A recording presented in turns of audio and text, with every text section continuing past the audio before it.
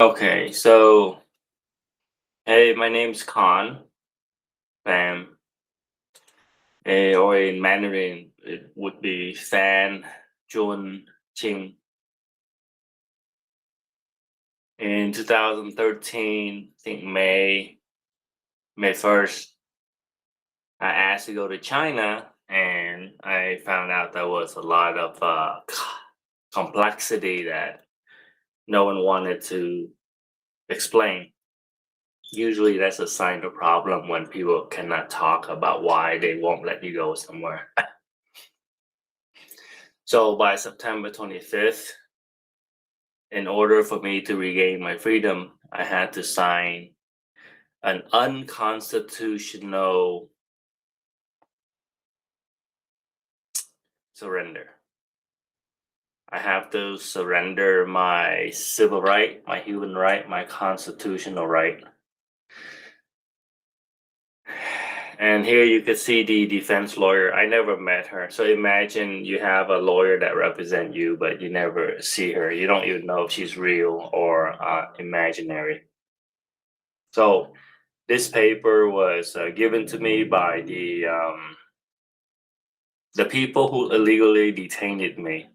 They didn't want me to see a lawyer, so I have no idea who Sarah Ali is. If she has a dick or if she has a vagina, I really don't know.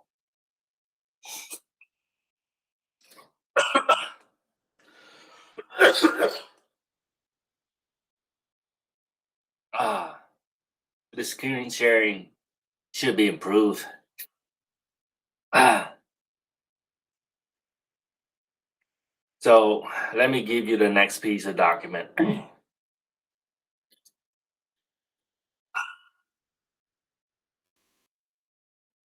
What is going on?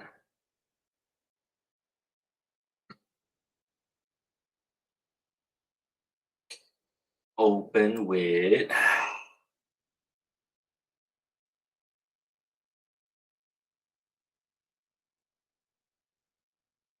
All right, let's see how this works.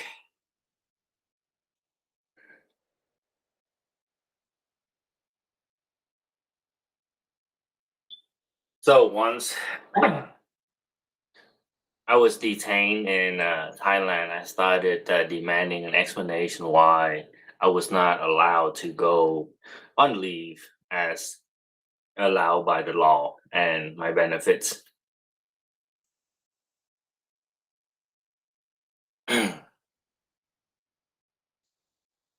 So what happened was, not only did they deny me the freedom to visit China, they also wrote me up for failure to notify security of my Chinese associates.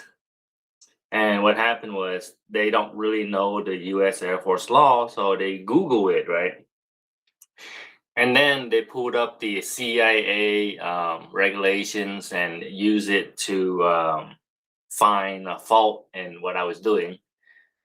So then I used the opportunity to point out how stupid they are.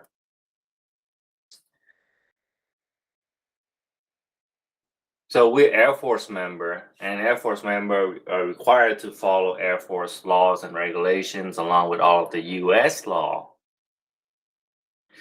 And the procedure for dealing with spies, let's say I suspect someone of committing espionage, my first task is to report it to the proper authority. Uh, you're not allowed to play spy versus spy. It's not a game. So when they started trying to accuse me of being a spy and taking matters into their own hand, I don't know if they know or they do not know, but they pretty much violated the training in national security and counterintelligence training. Even though we're not spy, but we are all trained on counterintelligence measure.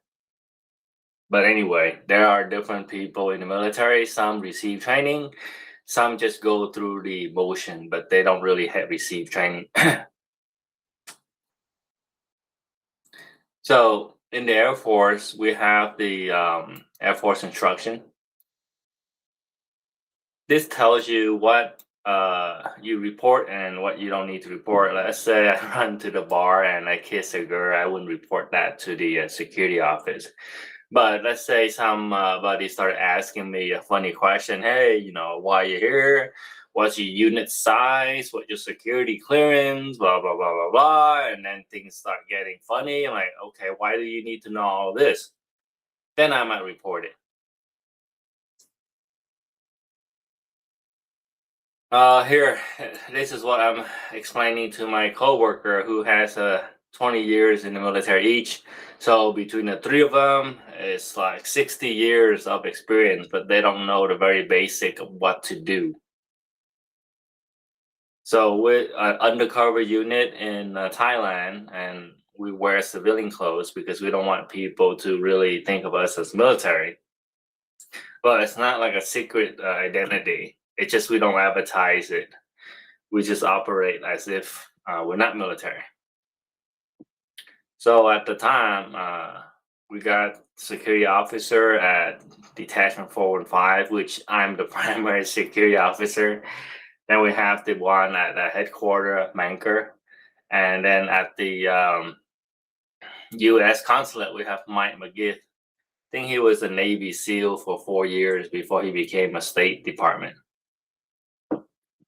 But anyway, I went through them for the proper process. And if my boss wanted to figure out what incorrect step I took, they could have consulted the the expert.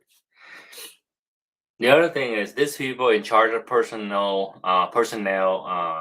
security. I am the personnel.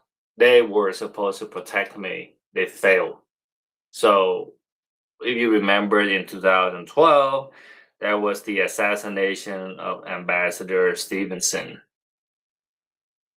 This is the type of people that get people killed. I almost died, but I didn't.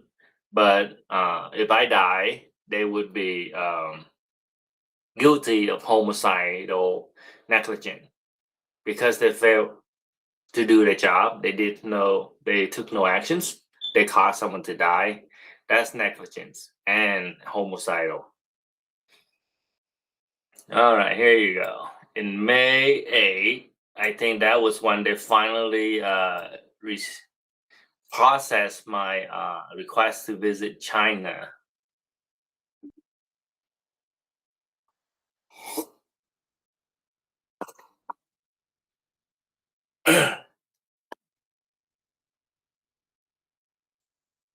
So they are accusing me of not informing them of the information I am informing them. Does that make sense? I'm telling them I'm going to China. There's someone I met in Chiang Mai and I might see her. So they said, well, since you didn't report her, you violated security clearance. But none of this, no one else have received this sort of rule. So this is like a made up rule by these people. So you see, they trying to pull something out. I tell them that the proper Air Force instructions state this, right? But the Air Force instruction is not a one-line instruction. They have criteria on what to report and what not to report. And even if we were to reduce it to the single line, ma'am, it needs to be applied to all people, not just me.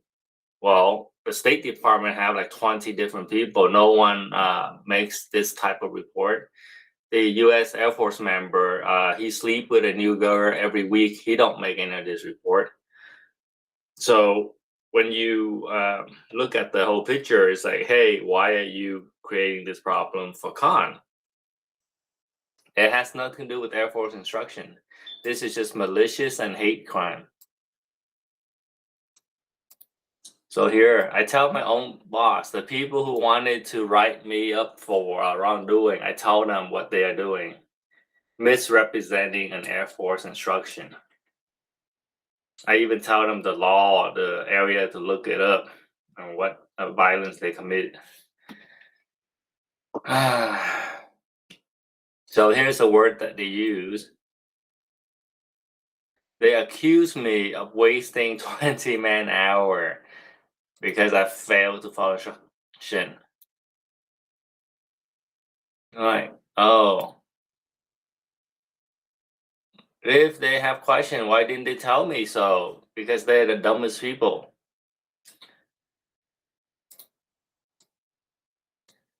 You see, their responsibility is to take care of me, not to attack me.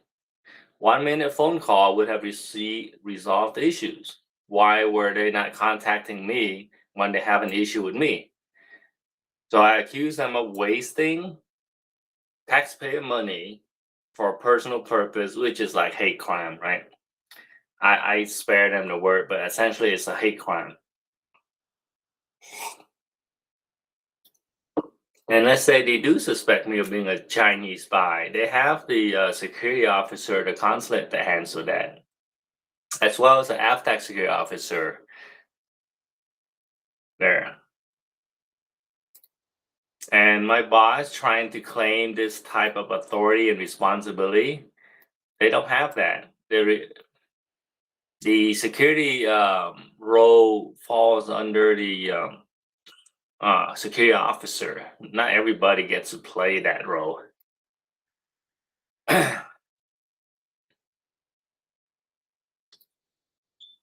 Oh, I guess here I provided more information on what is reportable contact. See, this is why you would report contact. You don't report contact because you spot a Chinese guy in Chiang Mai, Thailand. That's not how security procedure works.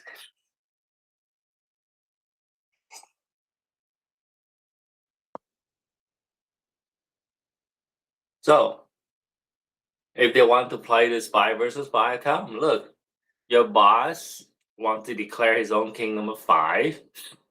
This is a statement of treason. Why are you not reporting this?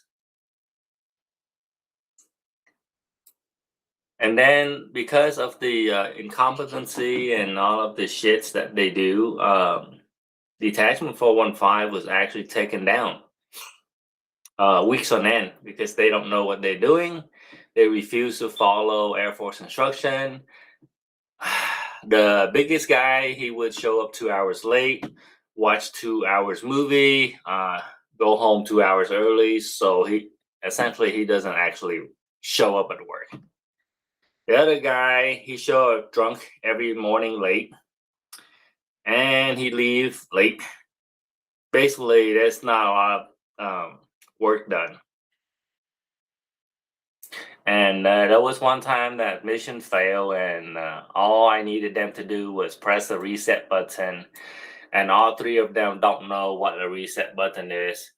So I have to cancel an expensive vacation, drive 3 or 4 hours back just to reset a fucking button on a router.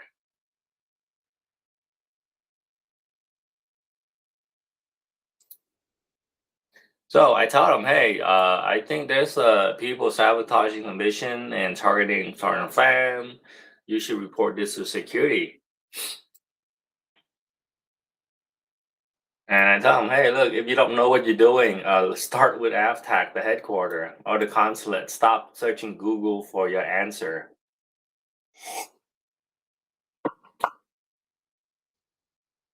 So, by the way, even though they are very senior ranking and have 20 years in the military, the policies at work were all written by me. They don't know half of the rules for the work that they do. So even though they're trying to get me in trouble for all of these procedures, I'm the one who write the standard operation procedure, the instruction for how to conduct travel, and the checklist for requesting travel. I'm essentially playing the role of the detachment chief.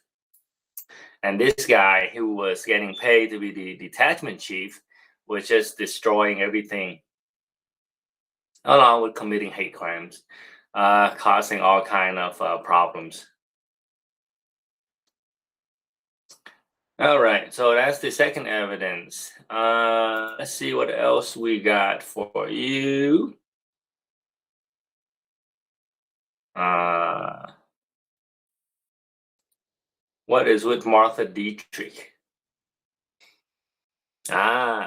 So they don't want me to talk to a lawyer, and they don't want to ask me questions about lawyers. What they do is they had a psychiatrist. Mm-mm-mm. Let me see. How do I change the screen? Stop sharing. Share this tab instead. Okay, here we go. So the staff commander was Major Andrew. He don't know me and I don't know him. He just got recruited to deal with me, which is probably not the best situation for me or for him, because why was he involved in this? So he's basically like that useful idiot who got involved but doesn't understand he's being used as basically they borrow his hand to stab me. So him and this doctor were harming me, committing treason, but they think they are doing their job, protecting the Air Force. So here, emergency commander direct evaluation. Yeah. And what cost do you have to do that? And is it legal? Because I accused my boss of committing treason? I think you're supposed to start a trial for that instead of submitting the whistleblower to psychological torture. That is, the member was screened extensively for risk, threat to mission, and national security. See this? And they make up a bunch of other bullshit. I basically don't want to talk to them at that point anymore. But when someone just making up shits, I think the conversation stops and the shooting starts.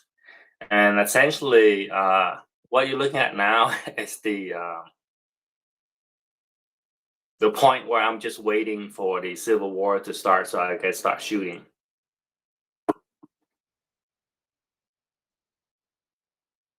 Pretty sad shit.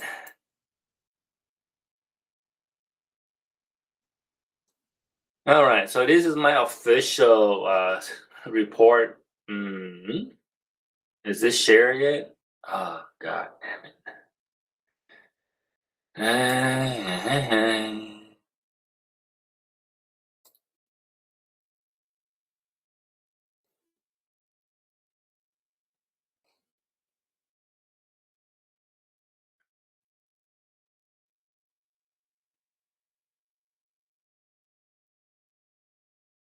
All right.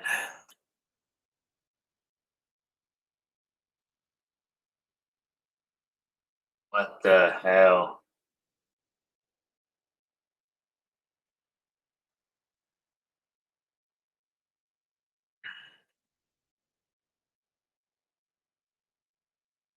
Alrighty. Alright, that's easier to read. So this is my submission to headquarters very early on after my leave to China was resulted in my illegal detention. Leo, my work had become hostile. So who's the risk?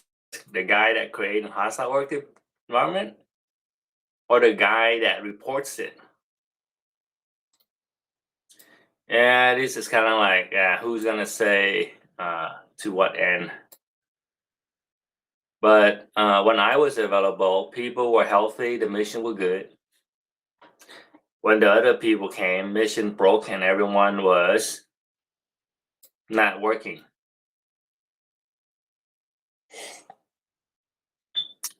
So I reference the law, equal opportunity.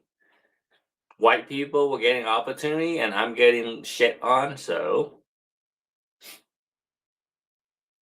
I even referenced rules. Unlawful discrimination and unlawful harassment.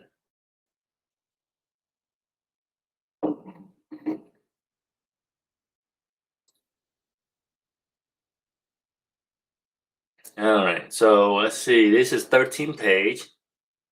I thought it was 26 page, but somehow this is 13. All right, here's the actual event. On January 2013, we have a sport event and we hand out shirts. He don't want to hand it to him. He just threw it away. Very disrespectful to me and the 06 commander that was in charge of ceremony. But he don't understand any of the action that he did. And he's a 20 years U.S. Air Force senior master sergeant that was supposed to become a chief, E9.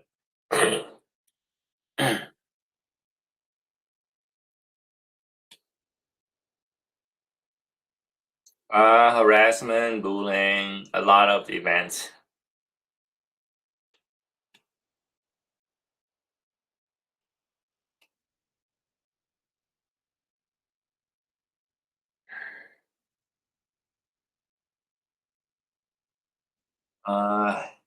Insulting people, insulting the host, while not helping. Anyway, so a long list of events that happened and why it is wrong. Let's see what happened here. August 2012. Our first meeting. I pissed him off already before we met. So, a shoulder check. So he touched me in the inappropriate manner. Then we had lunch. And then he accused me of taking my leave. And it was wrong for me to take my leave. See? If he had already been in place, he would not approve my leave. So I asked him, hey, so you're the boss now. Are you going to approve my leave or not? Or are you going to deny me my leave? So he wants to deny my leave without saying he denied my leave. This is how he works. The second in command checked. He's like, hey, I have to use it. It's not like even an option for me. I'm at 90 days over my limit. I only have the Air Force only allow you to keep 60. If you go over 60 days, you're forced to take it. It's like use or lose. They say you don't care if it's use or lose because everyone should be there for the inspection. And I'm leaving. Question is, there are 4 NCO that is supposed to be available for the mission. If I'm the only one that can do the mission, then why the fuck are the other 3 there? Do you see the issue?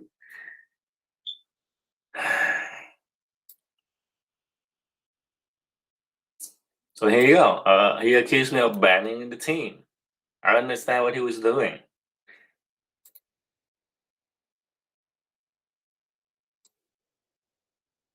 So possibly they had some personal conversation, which is fine.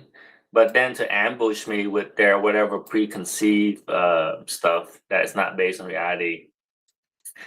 This guy is a special one. He was sent to Thailand in 2012. And he was really anxious and worried. I'm like, what's the deal? They're like, he's shopping for a new phone. I'm like, well, why are you shopping for a new phone? And he goes, well, because my iPhone won't work in Thailand, so I got to find a solution. I'm like, who tell you it doesn't work in Thailand? So this short, I don't know where he get this stupid idea. And then he shows up to Thailand, and then he complained to our team or his boss. He's like, "Hey, Khan told him that he was gonna be provided a maid." And then Tech Sergeant Darting was like shocked. He's like, "What are you talking about? I am in that email that he sent, and that's not what he said." So I sent the email to Hobart, but when I work, I always CC everybody that is supposed to be informed. So when he says stuff like this, and the people who were involved, it's easy to pull up the email and confirm like he's so full of shit. But for a normal person who have never worked with this type before, they give them the credit, and they waste time following up. Oh, well, what was the miscommunication? No, there was no miscommunication. The guy is just really delusional in a lot of way. Anyway, what is this one? Ah, here's the other issue here. He don't want to follow the law. So usually the more senior the Air Force member are, the more they have been trained, so therefore they respect the law more. But this is not the case with Sergeant Sutton. He believes that he's above the law. He don't want any rule to be applied to him. So I'm in charge of a lot of stuff at the military base here. And one of the thing is the government vehicle have to be managed according to the Air Force instruction. It's not I made up the rule. It's that the Air Force made the rule. I follow the rule. So what happened with this boss that comes like, he's like, I am the rule. I'm like, what? No, this is Air Force. You don't get to make up shit. So he's like, so this is his excuse. I'm like, I'm the detachment chief. This is my vehicle. I'm like, okay, fine then. You could take over the program. I'm gonna go back to headquarters. You do everything. Why would I sign my name if it's your program and your vehicle?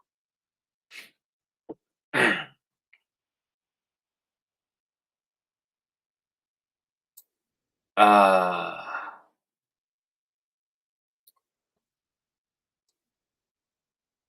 so no, look, this is this is Air Force program, and sure, this is his program.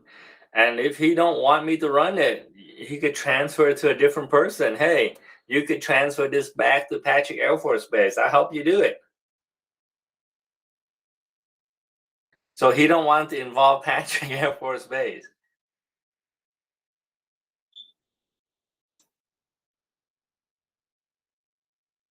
And then he was bitching about how he didn't make the choice to live away from work. So then like we should make exception to the rules, and basically he don't want to follow the law. So he make up excuses on why there should be exception. And then government vehicle are not for personal transportation. So he was trying to make us provide him a government vehicle for his personal use because he's the commander. So I told that that is against the regulations. But if you get the proper support, we can probably do that. You need to ask your boss.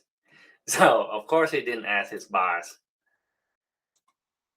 So I asked the other guy, Sergeant Darting, to give him a copy of the Air Force instruction because this asshole never read.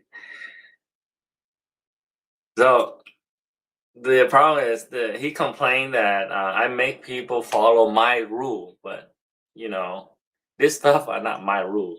I didn't write them.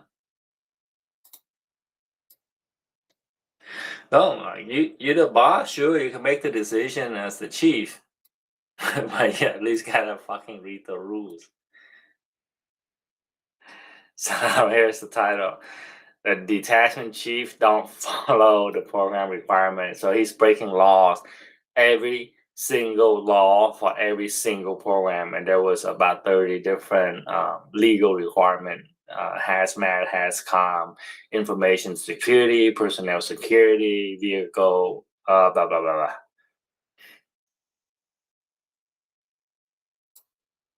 So his word is his regime, his kingdom. So these are the type of positioning he tried to establish.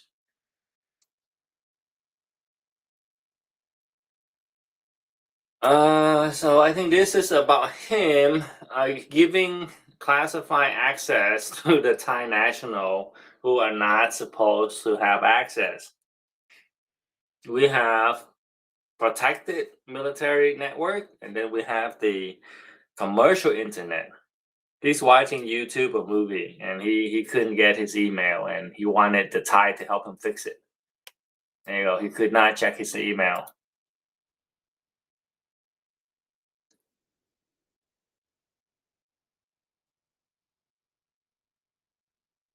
So instead of calling me, he called a Thai, which don't really have access and only know how our network works. And of course, they try to help, but they cannot help.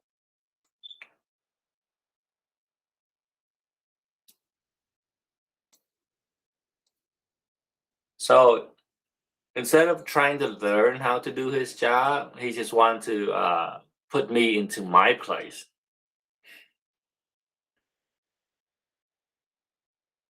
So his explanation is that he get to say whatever he want to say whenever he want to say it. Oh, of course, but then there are consequences. Now, when I come back from Vietnam, what happened was he took the credit for everything that I did and give it to his darling Sergeant Hobart here, and then talk shit about me. ME is just maintenance evaluation.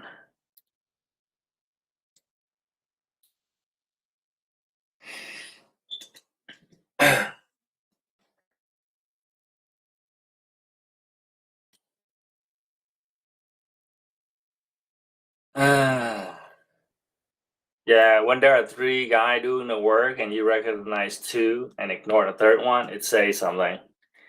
Now, really devastating part is the guy that you ignore is the guy that did all of the work, and you basically took the credit for that work. That is illegal. So it may be an honest mistake because I was not around. There's only four of us in Thailand. How do you make a mistake and forgot that there's the fourth guy?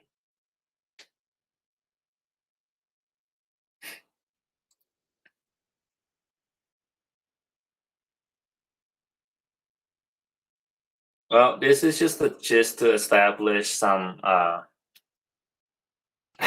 sense of credibility because a lot of people might have a hard time believing that I am actually a U.S. Air Force NCO, manager and supervisor of sort. Well, maybe I should find some proof of that. Let's find some proof of that.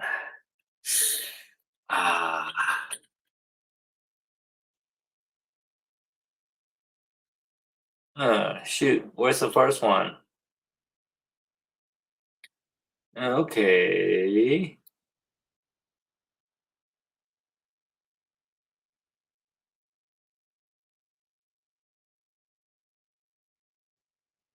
Share. There's a lot of details on the first page, but basically this is the guy in charge of the Thai Navy. He's like, yeah, he followed through his promise, deliver result consistently. Mr. Pham is clearly one of the best advisors I have worked with.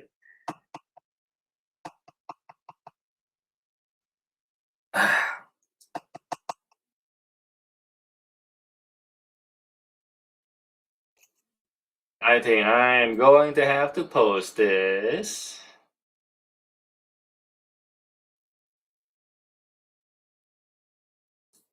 And let's go play on some other stuff. I gotta do this. Let's see. Share screen, share screen. Tab, window, LinkedIn window. All right. Let's try to poke the Goliath with this.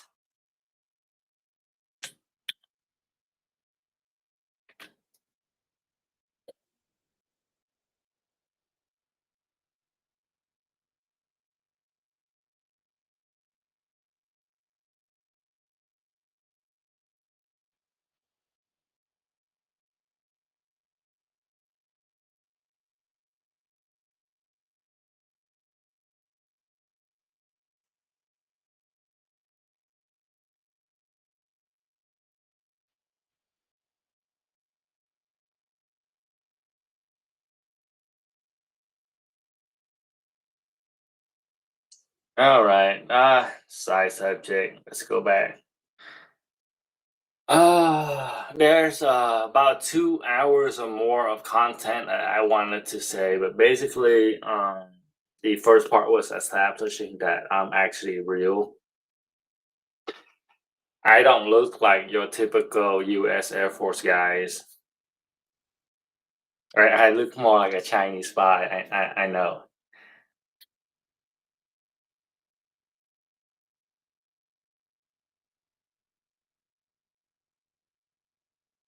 So that's something I wanted to say though. The U.S. Have done a lot of this sabotage where they created the national security threat and then they blame the victim for becoming the threat. But the whole time, there's no one doing anything. All of the actions were done by the white Americans. They created the whole emergency, the whole drama, and then the whole solution. So they spent 20 years getting paid to improve the security for the country, but in essence, they have not.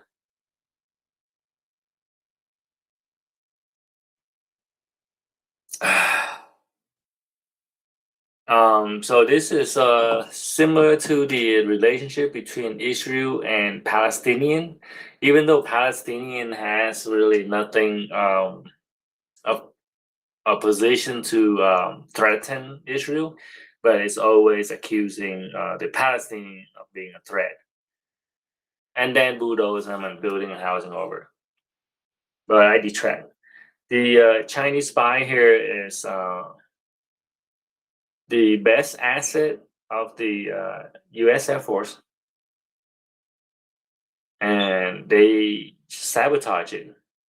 And the reason they do that is not because of they have some financial gain or if it was a mistake in process or procedure. It's pretty straightforward hate for Asian. So this Asian hate you see in the 2020 and then now 2026, it kind of increased up and down a little bit, but it definitely have increased it after 2010. I think at the end of 1990, it wasn't that big of a deal. There were racism and there were disparity or unequal opportunity. But like outright trying to kill people because they're Asian is something that is new. And then in 2020, you saw the Thai guy in San Francisco being killed by a random guy on the street. Now, to be killed randomly because you look Asian, because you don't look white enough, this is pretty bad news. And then now in 2026, you have a lot of Chinese spies. Just look back about 2 years. There was the Chinese spy in San Diego. He took a selfie of himself and they charged him with being a Chinese spy.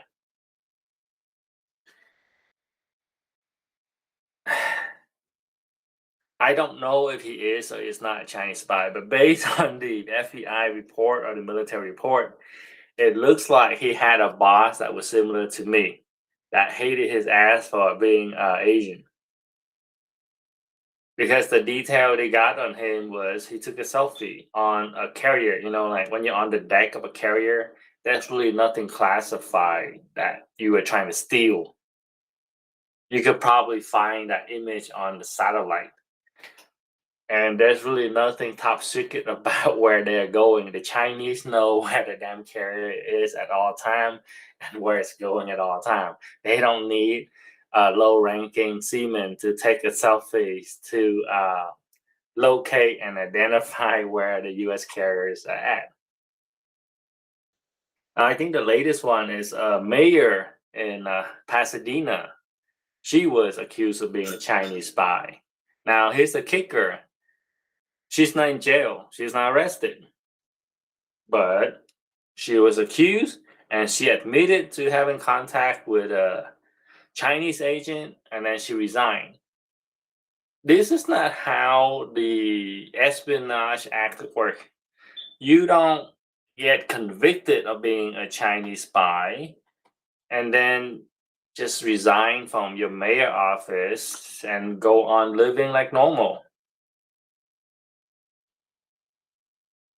If your IQ is over 100, you should be thinking like, this doesn't look right because it's not right. Chinese spy go to jail. I work at AFTAC, and there were people who sold intelligence data to China, and they were arrested and they sit in jail. What was he selling? I think he was selling the satellite positioning for all of the defense satellite. And I don't know if he was the one that sold it to Chinese or he was the one that sold it to Saddam Hussein. And I don't know if he was set up because I was set up for several stuff at work as well. So it's very possible that all of the Chinese spy that you have seen convicted so far were actually just hate crime committed by white people and Asian. And you wouldn't really know it if you look at my case from outside. You would not have any contacts. You would not have any experience in dealing with it. So what do? You default to a FBI report they couldn't lie. Well, if you read the FBI report on who was sleeping with Epstein, what do you find? So this is a primer. I'm trying to solicit more questions. If someone wanted to ask the failed Chinese spy some questions, that would help narrow down the scope. But in terms of why I even bothered to open up and basically share my weakness so that the whole world would know that I had been accused of being a Chinese spy. It's very dangerous in the US to be a Chinese spy. Look, even if you're not a Chinese spy, it's fucking dangerous to be a Chinese in America already. But to be a Chinese spy in America is almost like a death sentence. So for the people who accuse me of being a Chinese spy, I charge them with attempted assassination. At the very least, it's homicidal negligence because they're causing the potential death of a Vietnamese American. Not only that, I am someone that this country, the United States of America, owe a lot of obligation to. Since the U.S. Air Force AFTAC have been formed in the 1930s, very few, I don't think anyone filed any illegal conduct at work, but there have been many. And ever since I showed at work in 2001, I have been reporting any wrongdoing I see. I make corrections. We had like a electronic box that was built and shipped globally. I show up to the new shop 2 weeks later. I'm like, hey, look, you're building this wrong. But until I show up, it wasn't done. When the commander come down and ask if we have anything at work that we need help to address, we're like, yeah, this is corruption that I want to fix. The people at work are corrupt. We have this contracting officer that is just giving all the contract to this SAIC people, and that's not how it's supposed to work. Well, it wasn't really my job at the time because I'm very low ranking. But the point being, there's like 50, there's 70 years of operation, and no one talks about the corruptions. So nothing's done, nothing's corrected. Everyone just pretend, oh, you know what? This is how it was yesterday, so it's normal today. Now, one of the big concern is I have to protect my life. I have to defend my life. If it was just like a one-time deal, there was like this Keith Iwasek that he was just stepping on me and I complained and he backed off. I think walking away, and I did walk away, and it would have been fine. A lot of people talk about forgiveness and they tell me that I should forgive people and move on. But they are very stupid. They have no idea who they're talking to. I move on a lot. After they try to harm me one time, I move on. And then they harm me again the second time, I move on. They harm me a third time, I move on. They try to kill me again a fourth time, and this stupid people are telling me, "Hey, you should move on. You're making a big deal out of like a misunderstanding." Um, there's really no misunderstanding about people conspiring with each other to assassinate me. That's not a misunderstanding at all.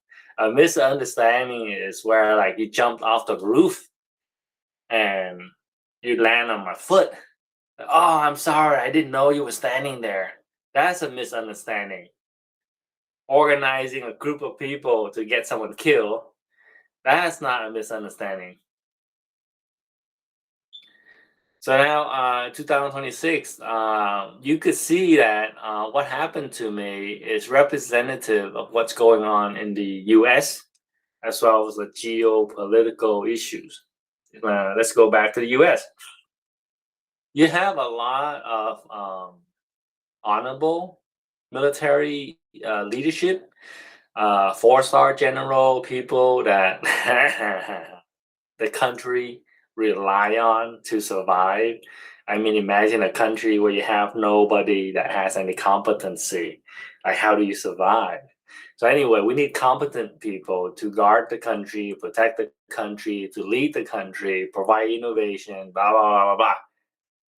So they take the bulk of the responsibility, and 80 to 90% of the normal people kind of ride along, right?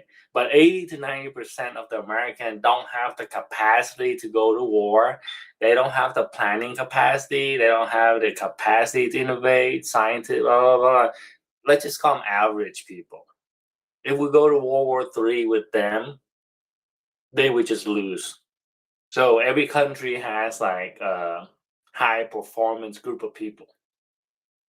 And whenever you start behaving your best and your brightest asset and your most experienced asset, it's suicide, but it's like a natural suicide, and they don't really see that as shooting themselves in the face or hanging themselves by the neck. But this is absolutely what it is. In ancient China, you already have this famous guy, Bo Bi, the war between the state of Wu and the state of Yue, where the king of Yue paid off the prime minister of the other country, state of Wu. So the PM there started, axing, sidelining. They even executed the brightest and best general of the country. And guess what?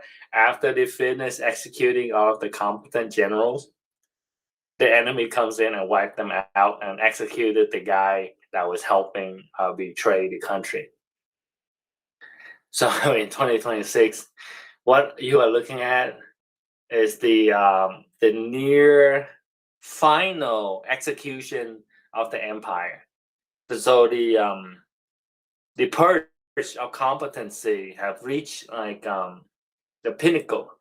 So now not only are they going after the Chinese spy like me, they are going after the white American, I guess you could call him Russian spy, and the anti-American, and the non-warrior ethos American. So anyway, the American are feeling my pain now.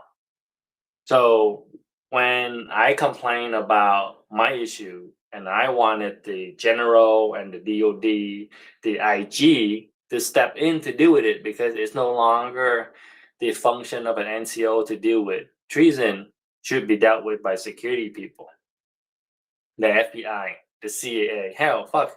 If you don't have the time and the luxury of going to court for it, just have them fall off the balcony. I'm okay with assassination as long as you have a very very good cause for why you're doing it. But so far we don't really use assassination to fix the country. We just do it for personal benefit. I think the whole apparatus is just wrong. It's no longer functioning properly. You could call it misfiring, but misfiring is the wrong word for what's going on. Anyway, euphemism is okay in many cases, but sometimes you should avoid euphemism and analogy because at the end of the day, analogy is just an analogy. Fact is better if you have fact. People that harm their country, factually, contextually, historically, if that's true, then you could state it as a fact. These people harm their country. The people who actively attack government officials, they actually violate the Espionage Act, which states that if you prevent a U.S. government official from carrying out their duty, then you are in violations. And that is essentially assisting a foreign or domestic enemy in damaging and sabotaging the country. Well, I don't know what we're gonna do now. The United States of America is sort of important to me in that I don't really have another country that is going to give me all the benefit that the Americans gets.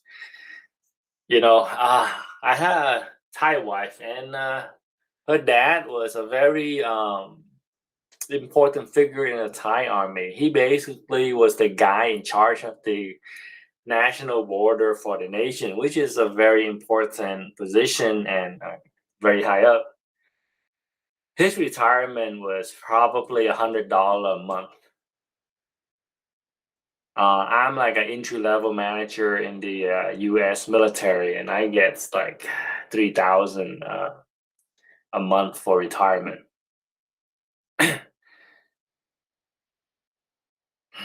If the U.S.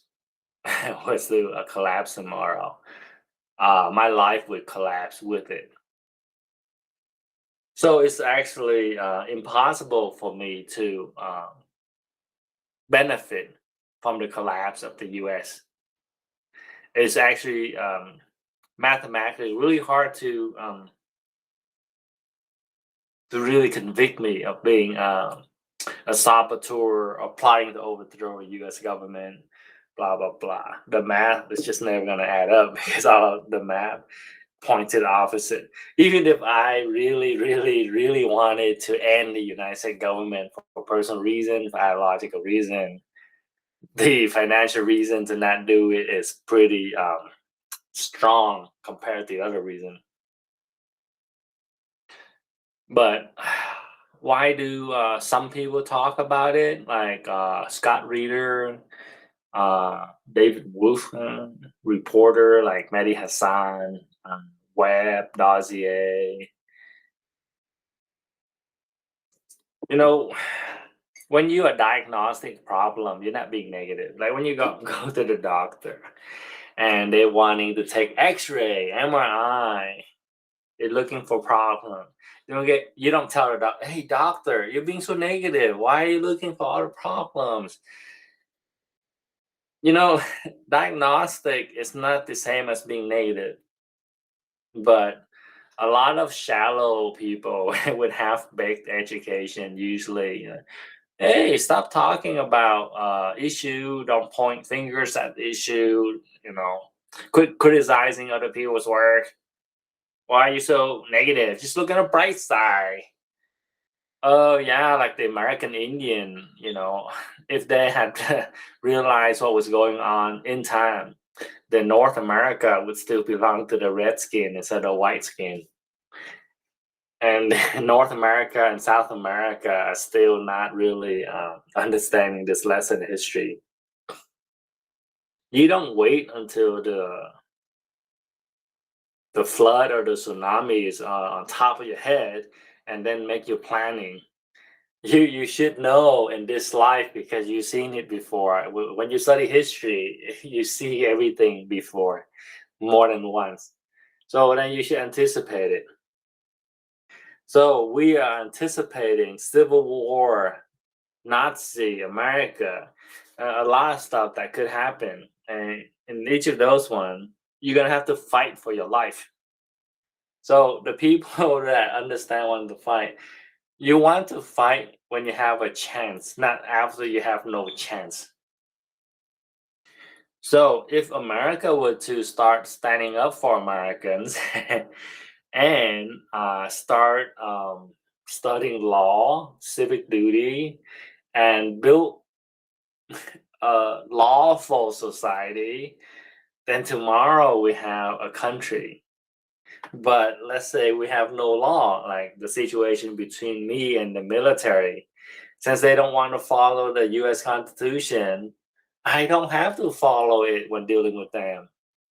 Why should I go to trial and waste it like several $100,000, millions of dollars just to talk about why they shouldn't try to kill me?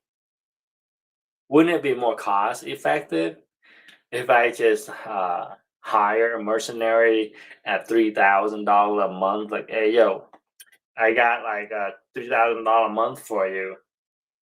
Can you go visit some of my friends and give them my thank you notice? Wouldn't that be cheaper?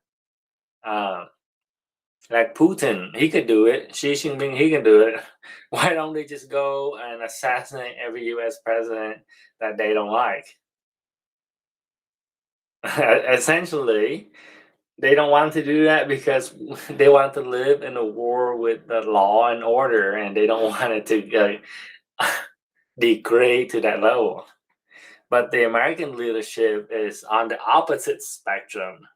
They don't understand the benefit of having law and order. So then they just like, yeah, well, fuck it. I'm a white guy. This is my regime. This is my kingdom. I do what I want when I want, and you just gotta deal with it. Well, yeah, people would deal with it. I may deal with it.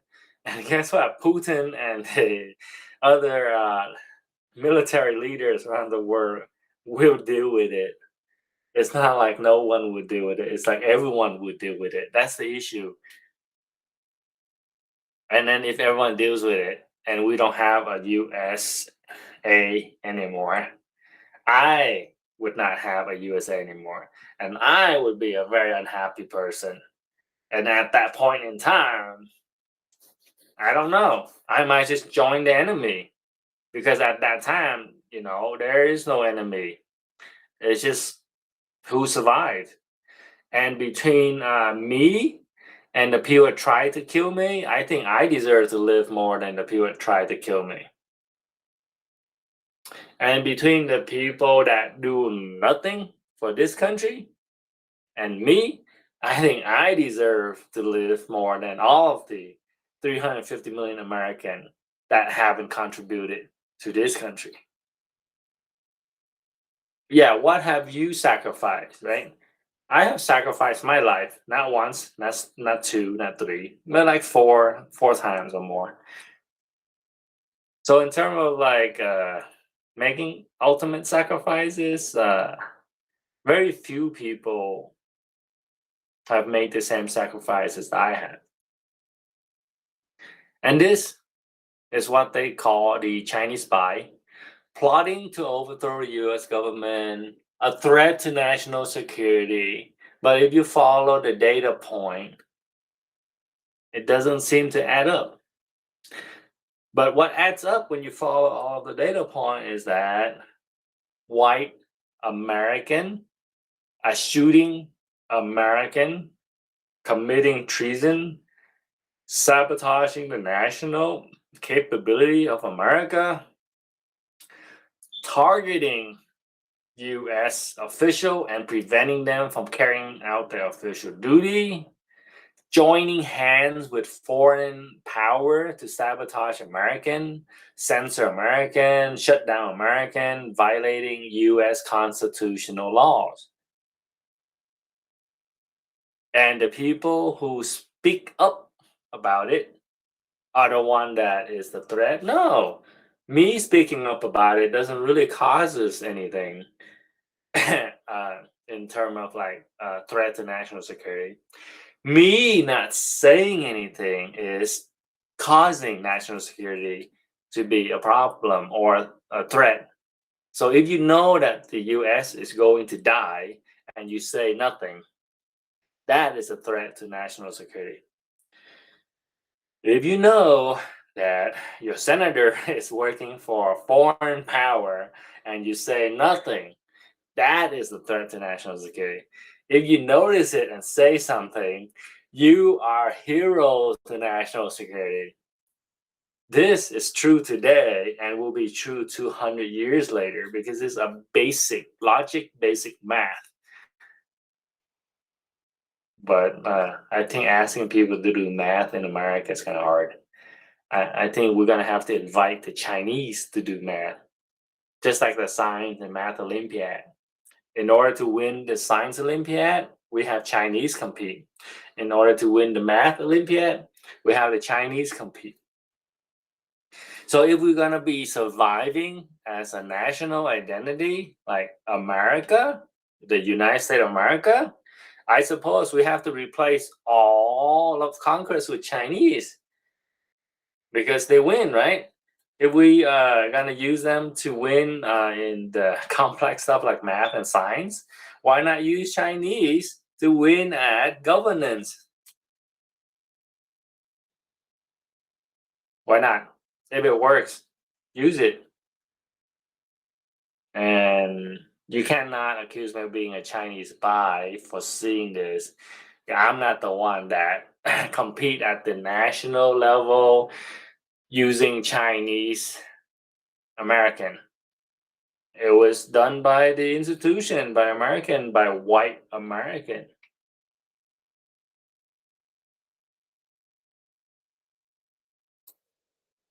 So let's get some. Let's see if I could generate some question. But without question, it's kind of boring for me. Talking to myself is not really. Well, I talk to myself a lot, but not in this context. So I do need a dialogue. I do need good questions. And then asking question about stuff that doesn't benefit you is kind of boring for me. So if you're gonna have a conversation with me, it has to be about you or me. It has to benefit you or me. So I have a lot of insight because I dealt with a lot of difficult and complex issue. I have experience working with the lowest labor to the highest intellectual, like ambassador. I do have some experience at different levels. How does this help you? Well, if you are a young puck and trying to find your way in life, it's probably beneficial to understand how life works. Should you join the US Air Force? Should you join the US military? Should you go to Iran and kill people who have never done any harm to you? Should you join the State Department? What should you do if the police violate your rights? What should you do if you're in the military and they violate your rights?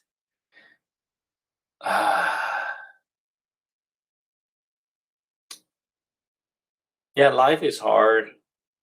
and it's kind of harder if you don't really ask good questions, because good question lead to understanding, and good understanding lead to good strategic decision. One of the reason that I'm able to live today and not commit suicide or die is because of that. I ask a lot of good questions. I hunt down very smart people with a lot of gray hair.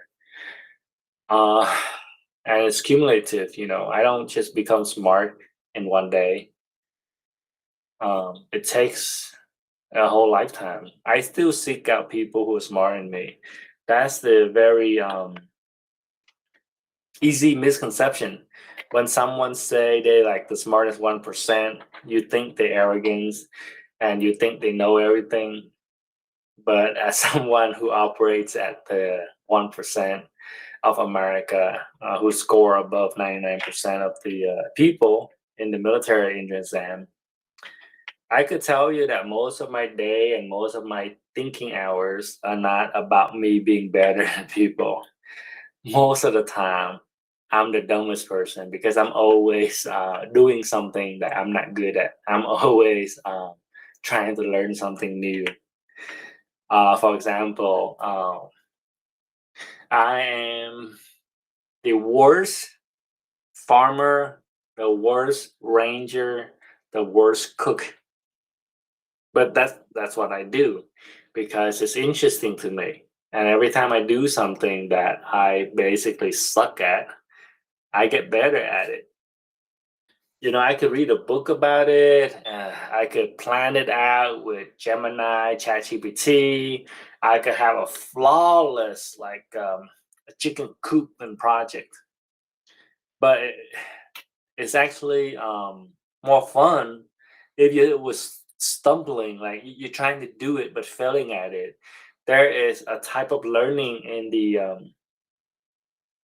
in the process of being stuck, like you're trying to put the coop together and it doesn't quite fit right.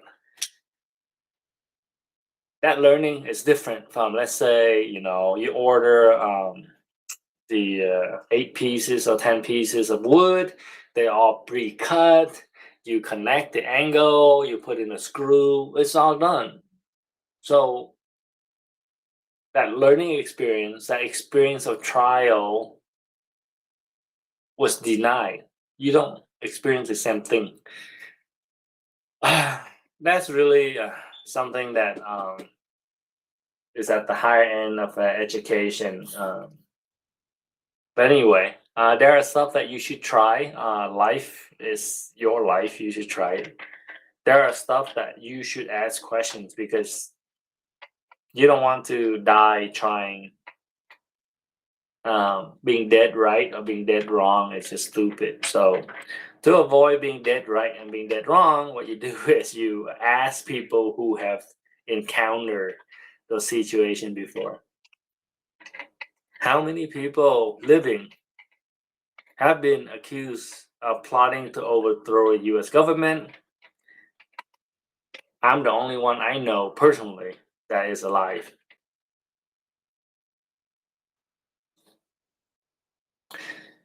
I'm also the only Chinese spy that the American military has to pay every month. You don't have another human being. You don't have another example of someone like me. Whether this insight is useful to you or not, it is definitely unique. It is definitely real because I experienced it. It's not a clinical trial. It's not an opinion based off statistical inferences. What I lived through actually happened. It's real. What the white people did to me was real. White people fabricating charges against Chinese is real. I'm not Chinese, but it doesn't really matter. To a white American bigot, I qualify for a Chinese. Never mind the fact that Vietnamese descendants have been arch enemies of China for like thousands of years. It doesn't really matter. Because when you argue with stupid people, you cannot use reason, you cannot use logic. The best you could hope for is you would never meet them or that they would just die. There's no reasoning with really stupid people. And if you have questions on how to improve your life, maybe I have a little bit. I'm not the billionaire, so I don't really have all of the status to give you. But if you want to pick the brain of someone that the Air Force have labeled as the smartest among the military, I have the record to prove it. I have the receipt. If you want to mooch off of those experiences, I will share them because they also benefit me because I am going to be the world's most famous Chinese spy. And this is how I will spite the white American. If you want to commit treason, I will help you become famous as traitors. All of the people at AFTAC who betrayed the United States of America, I want the world to know. And I want you, the United States of America, to hang them. And if you don't hang them, you can hang with them because treason is punishable by death. And I don't care who kills you. If you're a traitor, you're going to die. And I'm hoping that the military will step up to the plate and carry out the oath of office, protecting the U.S. Constitution against all enemies. I have identified enemies. I have target on the back. You go get them. You could put them in the court with trial. I will provide evidence. You can have them fall off balconies. I don't really care, but traitors don't really belong on the payroll. And then if you don't want to hang traitor, then you could go share the hanging with them because someone will eventually put traitors in the news. It may not be today, it may not be tomorrow, but it's a very, very likely outcome. There's not a lot of cases in history where traitors are not hung